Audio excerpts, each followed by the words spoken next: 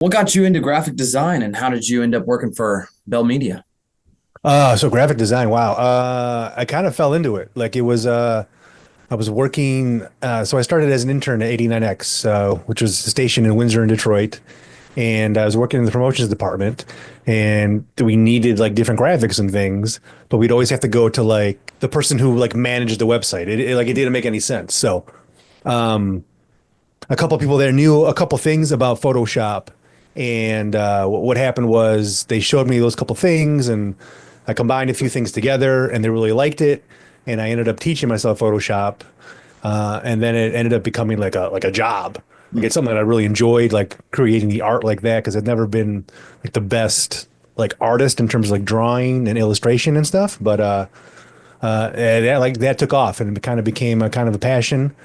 I started entering like t-shirt design contests and was using that to win like side cash and things like that.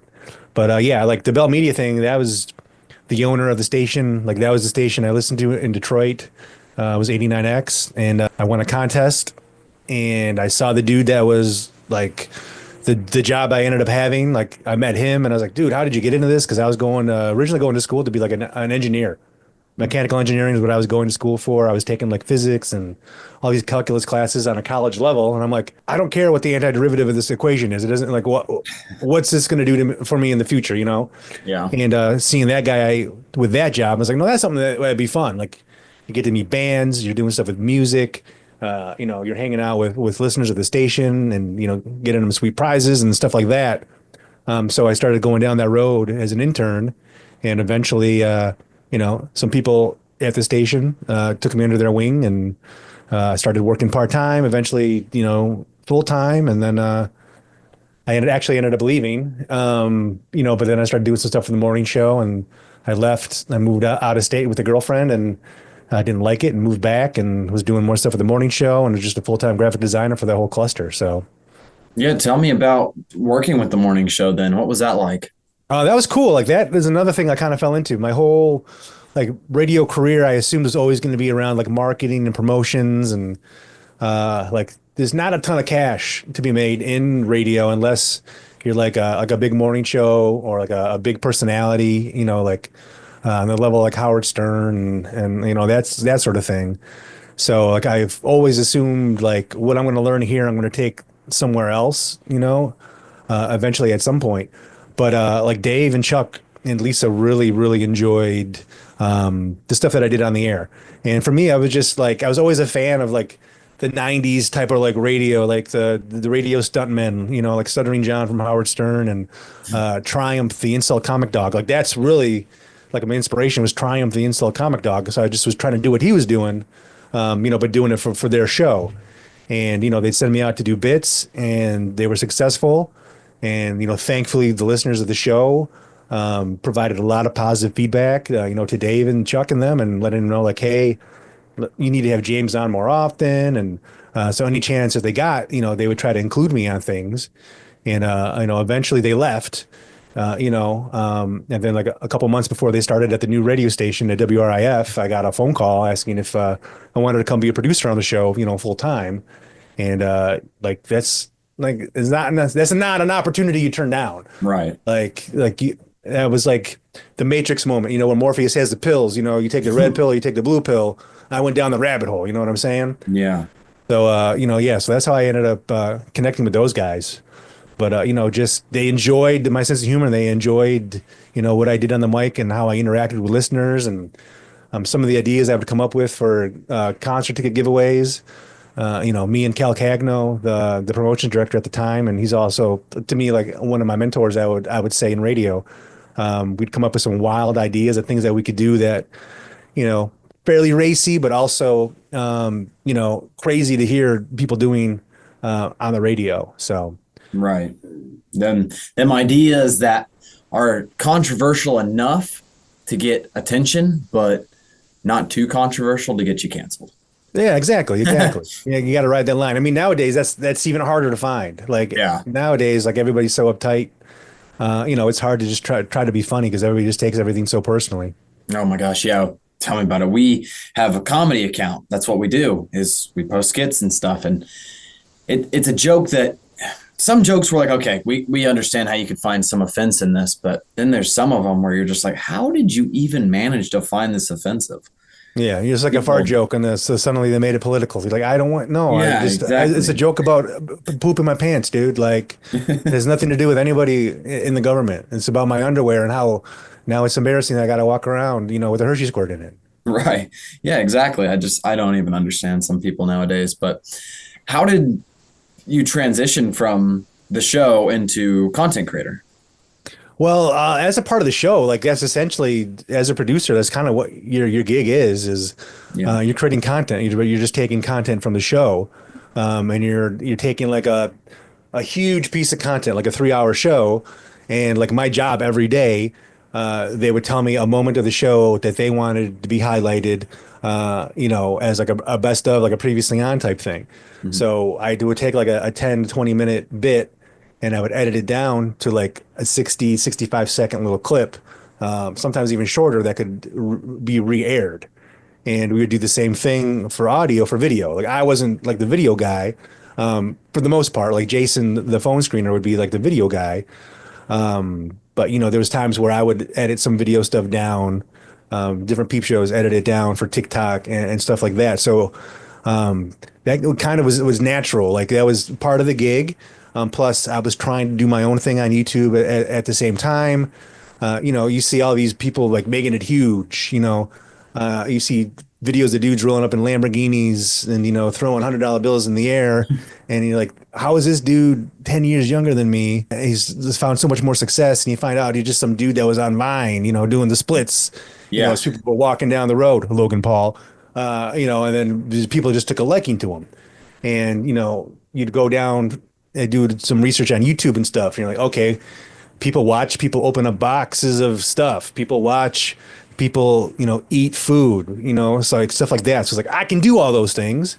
Let me put my spin on it and go from there. So it's just like going from like the radio to content creator is a very easy, translation. But also being like go from the show, I needed to try to make some money. So already having some accounts monetized, for me, that was the quick, easy way, to try to make money.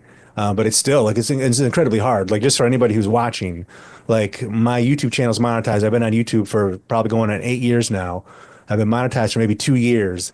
I make maybe $100 every 3 to 4 months. So it's still a tough gig. I think a lot of people think being associated with like a big time radio show like David Took the Freak, that I was just rolling in dough. No, man, I'm the bottom of the shit pile in terms of like, influencers and stuff on YouTube. Like I'm still just as equal as anybody else would be, but the thing that's different is I've had a bit of a following, so I've had so much time to build up more of an audience, even though they don't show your audience, majority of your audience doesn't see half the crap you put out there anyways, because they want you to pay, to get stuff boosted and stuff like that.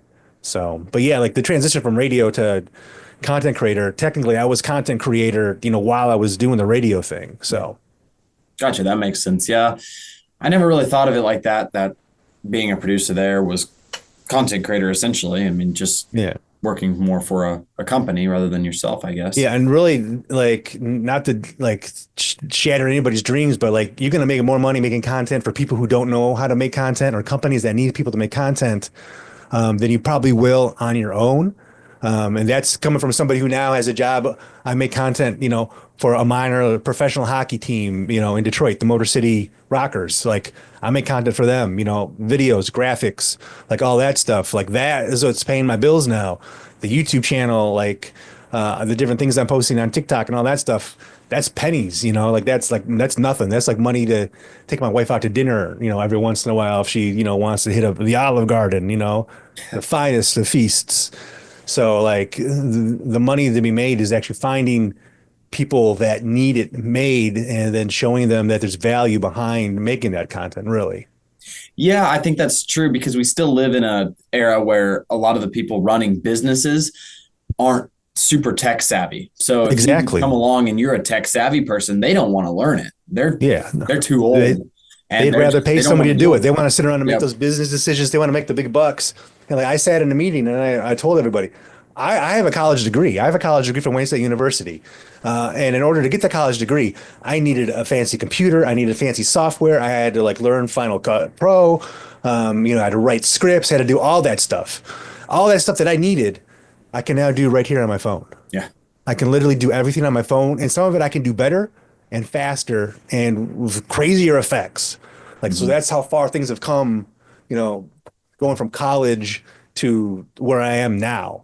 Like the advancements that they've made is incredible with what the phones can do nowadays. Yeah, yeah. You can go get a six-figure job with just your phone or build a business that does 100%, it. Yeah. 100%. Oh, yeah. And I think with AI, it's only getting crazier now. Oh yeah. So, Well, I mean, yeah, no, now I still think there's issues with it because I've tried using some of oh, the AI little bots that try to cut up some of my like long form content into like little clips, and yeah. it tries, but you still need that human touch. So Yeah. they haven't got it perfected, but you still need that human touch. So some people can rely on like the AI stuff. I think there's some people that might just pump crap out just because they want to pump as much stuff out as they possibly can. They don't really care, if it doesn't make any sense or Right. if there's no like background to whatever you're talking about. Sometimes it's like no, there's like one statement that you make, and I don't know if it's the inflection in your voice or the words that you use, but it's like, why would I post that 45-second clip? Like no one's going to know what the hell that's even related to. Right. So, Yeah, you're right. For a lot of things, AI isn't quite there. There are some things where it's pretty efficient. Like I know I do some things that cut back on my time. I mean, oh yeah, I dude, yeah, can there's do a lot of stuff. certain. Like I use Midjourney all the time, to make Yeah. graphics and things or little pictures for my live streams. I don't have time to draw like a robot, kill a robot chasing the guy down the street, but I could put that in Midjourney. And as long as they don't show any fingers or toes, I'm pretty safe, because for whatever reason, everybody's fingers and toes and their faces, you know, Right. I don't know why the AI reads it like that, but That uh, or words.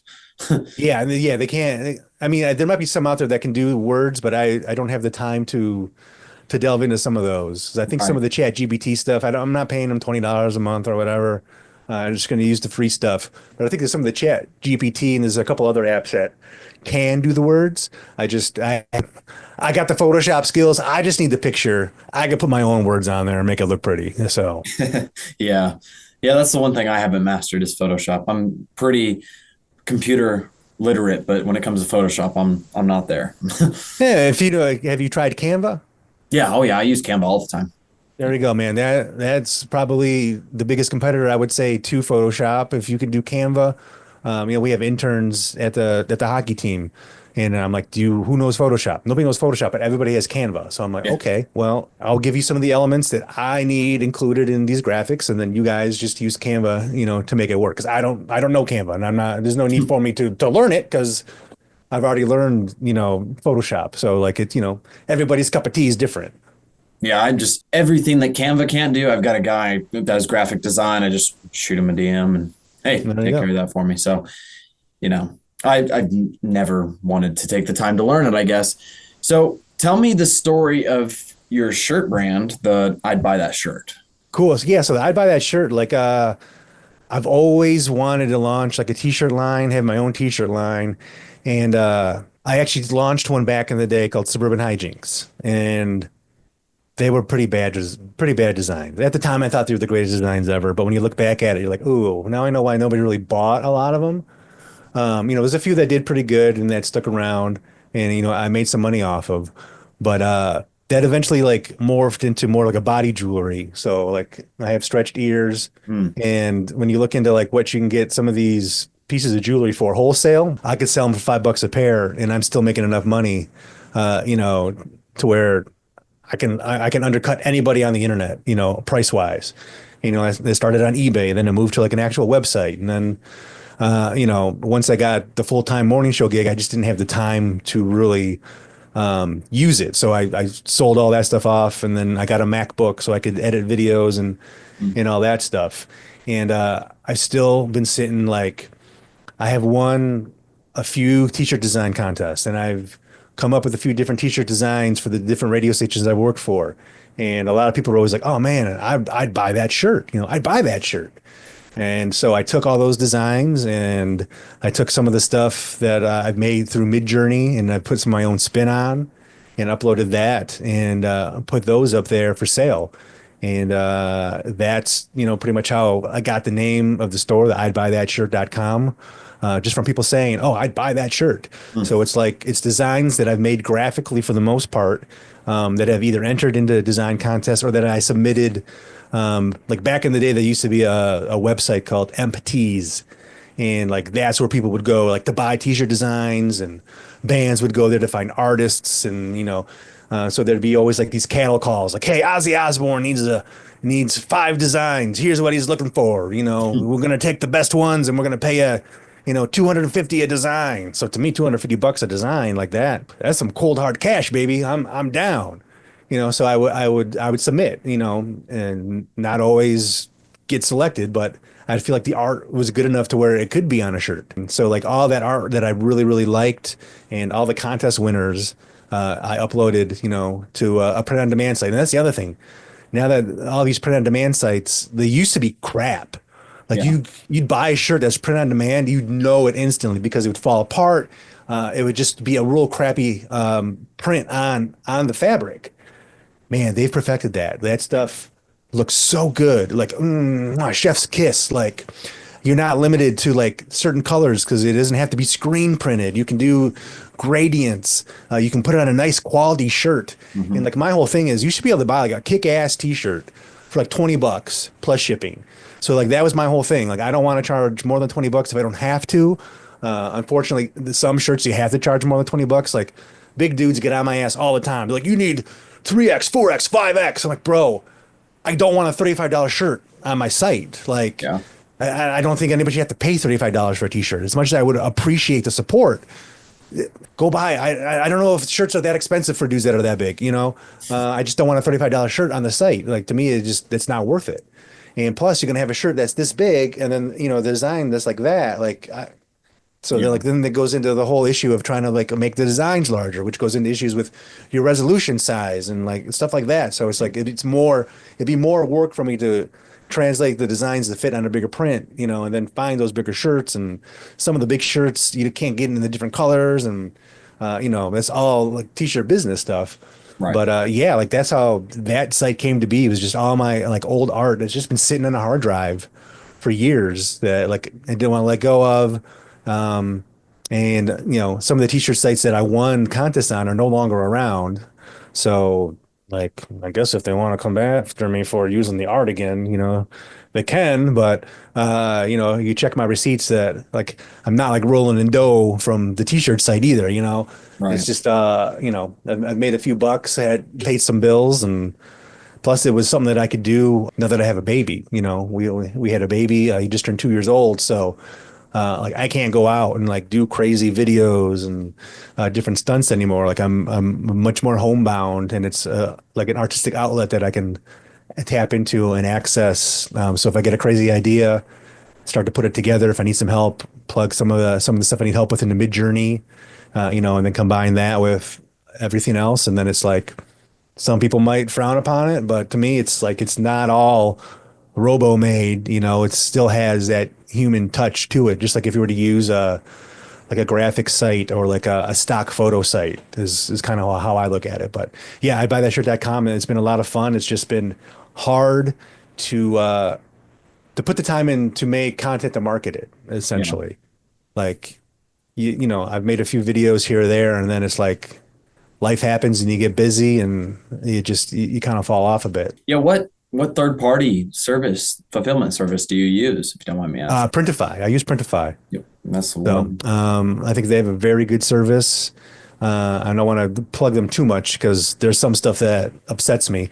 Make sure you understand tax laws in other states. That's one thing I highly recommend because that Yes. was the hardest part about setting it up was every single shirt that I was selling, if it was going to another state, I was having to pay that sales tax in that state. So there were some shirts I wasn't making any money on. And I was like, why am I not making money on these shirts? And they're like, well, because you got to pay the sales tax. I'm like, but I'm not in that state. I'm only in the state of Michigan. I should only be paying the state of Michigan sales tax. And then you had to go through like all of these forms. So like educate yourself on that kind of stuff and know going into that, Like that's how it goes. But again, I could have just raised the prices, but I wanted to keep everything like at 20 bucks. Yeah. To me, like that's what I'm almost always willing. Oh, a shirt's 20 bucks. Take my money. Bam. I'll buy a shirt for 20 bucks. Once you start going over 20, it's like, no, no, no. Do I want to spend 22? It's only $2 more, but Yeah. Yep. so it's like that. But yeah, like Printify is the one I use. They have a lot of cool items, and I mean, if somebody's looking to get it started on print on demand stuff, there's so much stuff on YouTube that you could just search. They'll give you the step-by-step tools on how to set up, how to create designs. There's different sites out there where you can buy, so you pay like a monthly subscription fee, and they have a whole bunch of pre-made designs that you can tweak. And there's a lot of people making a lot of money using that on Etsy. So it's just there's your free get rich quick schemes. Yeah, the tax thing is very true. And then another thing with that is foreign taxes. When you start selling overseas, it's a whole nother ballpark because you start seeing combination of letters that you're like, what in the hell did we get charged for? What even is that? Yeah, And VAT tax or whatever, VAT yeah, and yep. And you different start things looking like it up that. and you're like, oh, Yeah. well, I guess we sold to Europe. We got to pay this. And Shopify is asking us, did you pay your VAT tax or whatever it's called? And you're like, well, I don't even know what the hell that is. Yeah. And I think Printify might help work around some of that because they'll have printers in different countries. Mm, So I think that way you kind of get around it. But don't quote me. Don't quote me on that. Like that, this is not tax or legal advice for businesses. That's just something that I believe because I know I haven't run into it much with like Canada being being that Bell Media and 89X and Dave and Chuck the Freak started on a Canadian channel before we came over to Riff, WRIF in Detroit. I have a fairly large following of Canadian folks, so mm. I've sold quite a few items, to Canada, and I got people that I know over in Canada. So, but I haven't had much in terms of like tax issues with that. That's good. Yeah. So, one of my final questions for you. What is one of the biggest fails or mistakes that you've made throughout your career? Wow, biggest fails or mistakes. I mean, honestly, I feel like everything happens for a reason. Like I've always kind of felt like moving, like I moved to Arizona with a girl and I walked away from like my radio job. I was making like 20K a year, a little bit more if I could work like three like side events for the station a week, which that's a lot of hours to putting in extra on top of like already working in the office and everything else. I've always felt like not being able to make it job wise in Arizona as like my biggest fail, but if I when I look back on it and I think about it, had I not made that trip, like I'd always had that itch to be like, what's it like outside of the Metro Detroit area? Like I needed to go out there and experience something different, and kind of see what life was like not working, not I don't want to say in radio, but not working in like an industry or working a job that I find like fulfilling. Because I was working at a gas station, I couldn't get a job at a radio station out there. They wouldn't even take me on as an intern because I would have had to have been enrolled in college. And I'm like, Mm, I got a degree, dude. Like there's nothing. Yeah, I'm willing to work for free. I'm just to prove that like, no offense, but I've run a street team. I could probably do your job. Like I would be an asset to your company. And it's hard to get people to realize that. I mean, I ran into that same issue after being let go, December of last year, trying to get a creative position, and it got to the point where I can't find a creative job.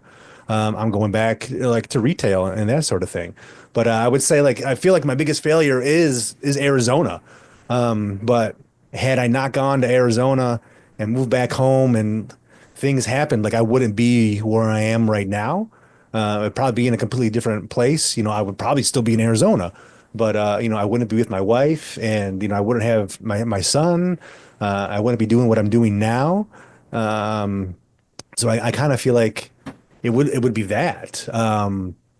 But again, like I feel like everything happens, for a reason. I'm not totally saying it's all fate or whatever, but I feel like everything that you go through, you got to learn something from it, or you got to take something from it. And Like Arizona was rough. I feel like Arizona broke me because I used to be like the most confident, like cocky son of a bitch, until I went to Arizona and pretty much just got kicked in the balls.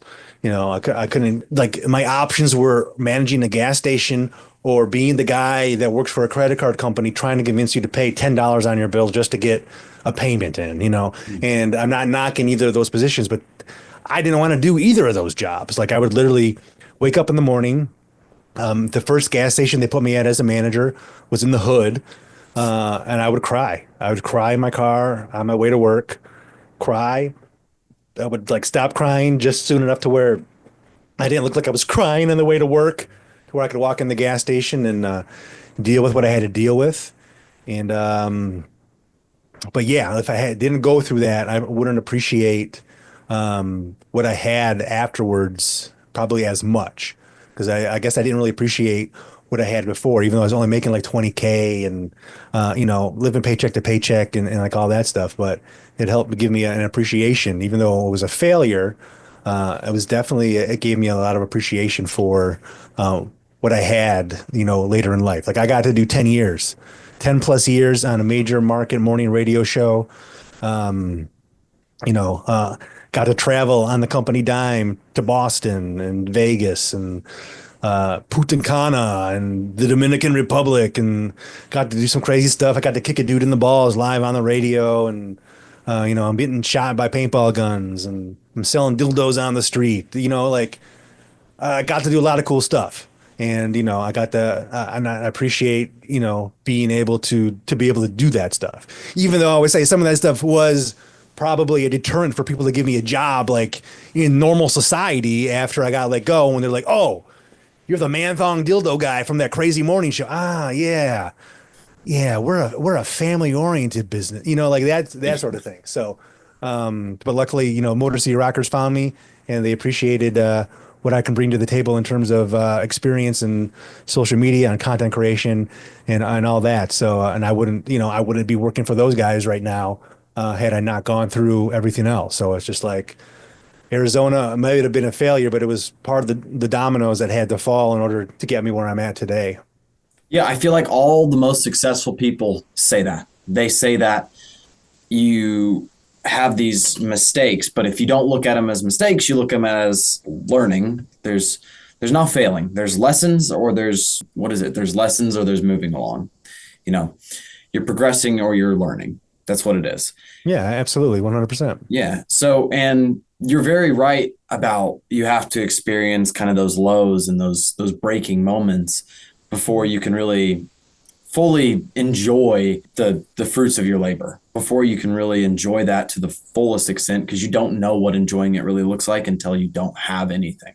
Yeah, exactly. Because like I said, if I not been in Arizona and miserable, I wouldn't have appreciated being back. Like, Right. back in Detroit, doing stuff on radio. I when I first got back, I was a receptionist, dude. Like this guy is a receptionist. So picture me in like a button-up shirt, and oh, hello, could I get you some water? And trying to be all professional on the phone and having to stick around till like 5:30, 6 o'clock, whatever, because I'm locking up the office.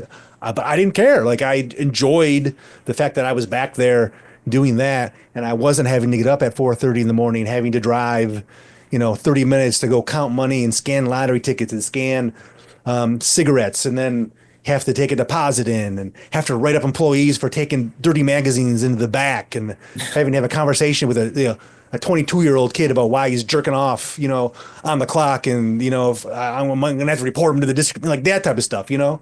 So, but yeah, 100%. If you don't experience like that level of failure or that the feeling of failure, you don't really appreciate like what you have now. So, Yeah, it's very true. So my last question for you is, what is your biggest piece of advice to someone that's going to get started on their entrepreneurial journey or just pursuing their career of their dream? you got to like not give a single shit about what other people think or what other people are going to say about you. And that's coming from somebody, if you're familiar with professional wrestling, their big thing, I took this in my radio career. There's so many parallels I could find in professional wrestling and radio. and this is one of the biggest ones, is the guy in wrestling that gets booed is just as important as the guy in wrestling that gets cheered. Mm. Like you want to go out there and you want to leave an impression. You want to, you want to like get a reaction. So like me on the Dave and Chuck the Freak show, I would make jokes about homoerotic things and like some of that, some of the stuff would actually be true. Like some of the clowning around you do with your buddies when you're growing up or whatever, you're always hanging out with a certain friend or whatever, so there's jokes to be made. But once I really started hammering that, like the man thong stuff and calling a hunk dudes hunks, and I also feel like you should be able to compliment another man on his body without it being taken sexually or, like you want to like have sex with him. Like if your bro's got some, popping pecs, let him know those pecs are popping, bro. Like let him know he's doing a good job, taking care of himself and working out, and like it's paying off. And I would get reaction from that. Like I would get people sending in texts like all the derogatory terms you can think of for homosexual. I was called it. But once I saw that was happening, instead of like being sad about it, I'm like, I'm gonna hammer that even more. Like I'm going full blown. So next thing you know, I'm making out with John Cena, or I'm giving Channing Tatum a back rub, that type of stuff. To me, it's funny if you think about it. Like it's a hilarious situation to be in. But also, it would piss some people off, but it would also make people laugh and think it's hilarious, and they could relate to it in a weird way. And had I not just like said F whatever anybody's gonna say, like I probably would have not kept making those jokes and not going down that road, and like not being pseudo known, for that stuff. Like I still get people that come up to me want to talk to me about man thongs and like all that stuff, which is weird. But I'm always down to talk about the luxurious feel of a silky man thong between your cheeks. So I would say like you know F the haters. You got to ignore them. And typically, the people that are talking trash about whatever you're doing, it's somebody who's too lazy to get off their ass and try to do something on their own, and it's coming from a place of jealousy. And like if you have haters, just know you're probably doing something right, and you just gotta like not let it bring you down. You gotta just get past it, like whatever. People are gonna talk. Like I know there's people that have nothing but mean shit to say about me currently. People that I probably worked with, people that work at the radio station, before I got let go. People that might not have liked stuff that I said, or the way I acted, or things like that. But I'm just being me. And, if that's, how it is, how they feel about it, well, too bad. Like that's the way the cookie crumbles. So, but yeah, I would say don't let, somebody else's negativity about whatever you're doing, especially if it's something that you feel positive about, that you enjoy, it brings you some kind of, like enjoyment. Like, don't worry about what anybody else has to say. If, they got nothing but hateful things to say about it, you're just not for them, and unfortunately, sometimes you got to use the block button and just block them, block them. If you're not like me, I like to poke the bear a little bit. So when they do come out of the woodwork, I'll try to rile them up a little bit. But then once they get to a certain level, and they just spew nothing but complete and utter hate, like that's when, we just block you. If you can't have a conversation, without resorting to racial slurs or, ethnic slurs and stuff like that, then we're just like, to me, there's no room for any of that kind of language. So, but yeah, I would say don't worry about what other people are saying that might be negative about your stuff. So Ignore the haters. I like yeah, it, James. All right. That's all I got for you, man. cool. Appreciate your time, Yeah, no problem. man. Well, I'll get this up and I'll send you the link to it, and you can watch it a little early before everyone Cool. else. Let me get some background on you, dude. Like so you're not a Michigan guy, huh? Where are you Yeah, from? I'm originally from Nebraska, moved to Iowa when I was about 7, and then Okay. moved to Arkansas where I am now when I was about 12. And I'm 20 years old now, content creator full time with my family, mostly my dad. We do the guy socials, and then I started this podcast on the side to talk to interesting people and just talk to different people about different things and different backgrounds. Cool. How did you find me? I found you through Twitter, through X, just happened to come across your page. Really? Yeah. Interesting. Very cool. Yeah, man. Hey, man, the world's a crazy place. So, like when he asked me the time zone I was in, I was like, I'm probably the same time zone as you if you're from Michigan. And I was like, maybe he's not from Michigan. I don't know. So, well, very cool, man. Hey, I'm glad you reached out and thanks for the time, on your podcast. I hope you nothing but the most success. If you ever have any questions or need anything, in terms of advice and stuff, let me know. I'm more than willing to help you out. If you have ideas or whatever, might not always be the best ideas, and they might not always work out completely 100%. But I'm always down to help out, like another content creator to try to get over. And like I said, before, you probably make more money doing it for somebody who needs the help. Don't give up on your own shit either. Like I still do my stupid ass, food reviews with my man thong on, making sure my ass is in the reflection of my microwave to try to get a few chuckles out of people, and putting my own little weird homoerotic spin on it. On eating a weird Oreo or whatever. But it's just I don't have the time to like commit to doing it every single week. And I will say, coming from somebody who has like investors, I've had a group invest in my YouTube channel. They gave me money to buy crazy snacks, which after losing my job, I had to use to pay bills and stuff. But their big thing is consistency. Put that shit out same time every week. Excuse me. That was the one thing they were always pushing on me and the group that I was in. Consistency is the key. And make sure you're putting stuff out there at the same time every day so the algorithm knows it's there. And my one piece of advice, free advice, is to work smarter, not harder. So I think you're already kind of doing this. So you're going to take this long form interview right here and you're going to cut it into little snippets, little 60 to 90-second snippets of like the good shit. And you're going to blast that out on your social media or whatever you're going to do to link back to this. So that way, like, even if you wanted to do it, like, do this shit live.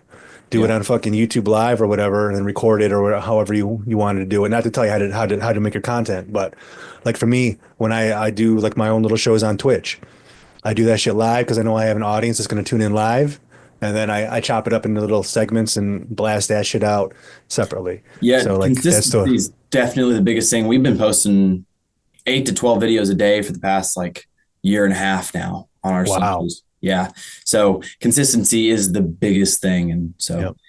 yeah, I mean, I quit my 9 to 5 about 4 months ago now, and I got my girlfriend out of her 9 to 5 as well, just Wow, today. you guys are doing So, that good. yeah. Congratulations. Oh yeah. We're kicking ass. Not Very to good. toot my own horn, but yeah, we're doing pretty good. Congratulations. It's good to hear. You're more of a content creator than I am, dude. Well, you were in radio. You were out there more. Yeah, but like you could go to, you know, Iowa and nobody would know who David took the Free are, or who I am. The few the small little niche of people in the markets that the show is on, might recognize me or recognize my voice, but for the most part, dude, and I'm not upset about it. I can just be like a normal guy. So, sometimes too much notoriety is a bad thing, Yeah. when, you got strangers coming up to you talking about, warts on their asshole, and you're just trying to bring up some groceries with your kid at the store. And you're like, hey man, oh, I'm off the clock. Or now it's like, I'm not on the show anymore. So, you know, Yeah. carry on with your day. But dude, thanks so much. I appreciate the time. Thanks for Yeah. finding me on X or however you found me. I appreciate it. I And appreciate like I you. said, you need advice or got any questions, feel free to reach out. And good luck with you and your quest of content creation, man. Sounds like you're doing pretty well already. If you and your Yeah. girl are already off the 9 to 5, You keep as it well, man. going. Best of luck to you. I Thanks, dude. appreciate your Appreciate it. time. See you, Yep. man. Later.